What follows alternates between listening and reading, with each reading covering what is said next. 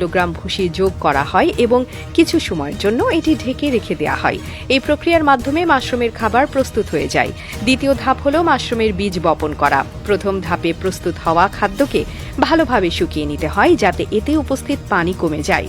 এরপর একটি plastic bag নেওয়া হয় এবং তার মধ্যে পাতলা স্তর তৈরি করে মাশরুমের বীজ বপন করা হয়। ব্যাগটি সিল করে দেওয়া হয় যাতে ভেতরে কোনো বাতাস প্রবাহিত না হয়। যখন মাশরুমের বীজ একবার স্থাপন করা হয় তখন 15 দিন পর্যন্ত এটি বাতাসের সাথে সরাসরি যোগাযোগ না পায়। এরপর প্রতিদিন পানি স্প্রে করে মাশরুমগুলোর জন্য প্রয়োজনীয় আর্দ্রতা বজায় রাখা হয়। 3-4 সপ্তাহ পর ফলন্ত মাশরুমের শ্বাস সহজেই বের হতে শুরু করে এবং প্রায় 30 থেকে 40 দিন পর মাশরুম পুরোপুরি কাটা উপযোগী হয়ে যায়। মাশরুমের শ্বাস দেখতে একদম সাদা এবং মসৃণ হয়।